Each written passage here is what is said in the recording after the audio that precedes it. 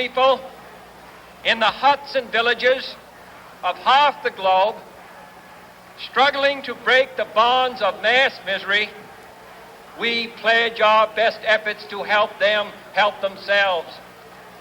For whatever period is required, not because the communists may be doing it, not because we seek their votes, but because it is right.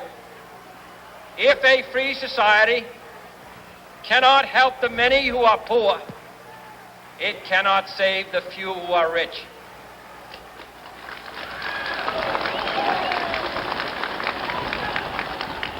To our sister republics south of our border, we offer a special pledge to convert our good words into good deeds, in a new alliance for progress, to assist free men and free governments in casting off the chains of poverty.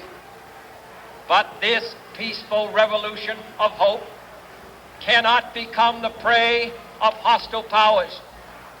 Let all our neighbors know that we shall join with them to oppose aggression or subversion anywhere in the Americas.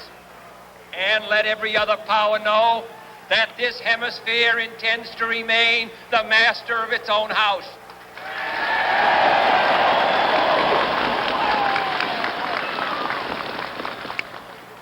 To that World Assembly of Sovereign States, the United Nations, our last best hope, in an age where the instruments of war have far outpaced the instruments of peace, we renew our pledge of support to prevent it from becoming merely a forum for invective, to strengthen its shield of the new and the weak, and to enlarge the area in which its writ may run.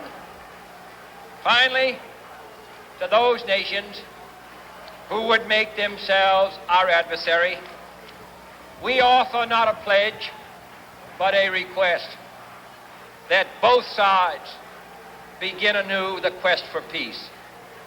Before the dark powers of destruction, unleashed by science, engulf all humanity in planned or accidental self-destruction.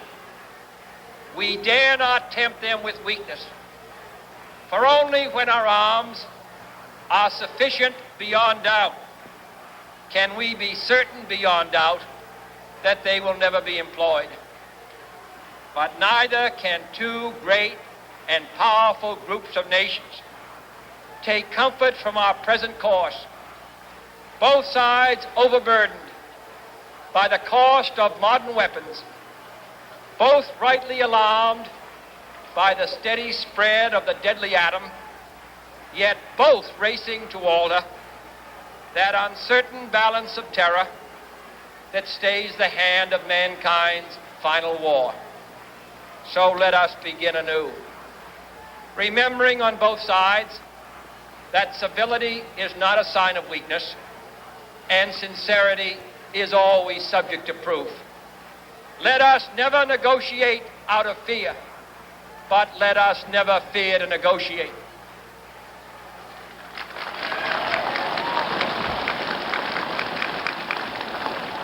Let both sides explore what problems unite us, instead of belaboring those problems which divide us. Let both sides, for the first time, formulate serious and precise proposals for the inspection and control of arms, and bring the absolute power to destroy other nations under the absolute control of all nations.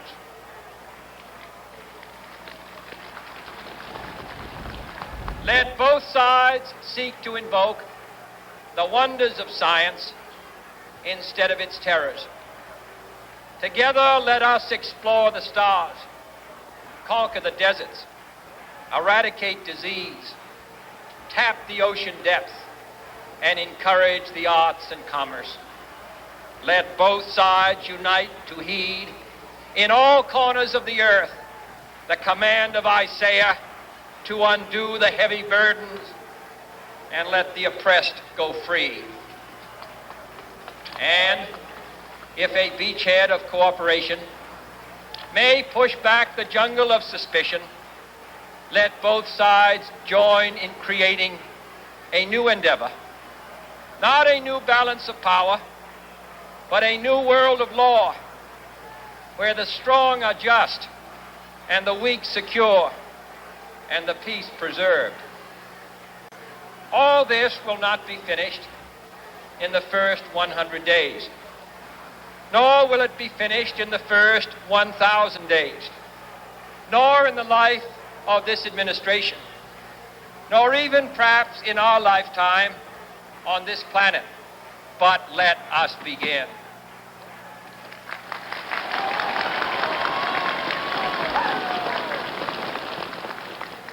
In your hands, my fellow citizens, more than mine, will rest the final success or failure of our course. Since this country was founded, each generation of Americans has been summoned to give testimony to its national loyalty.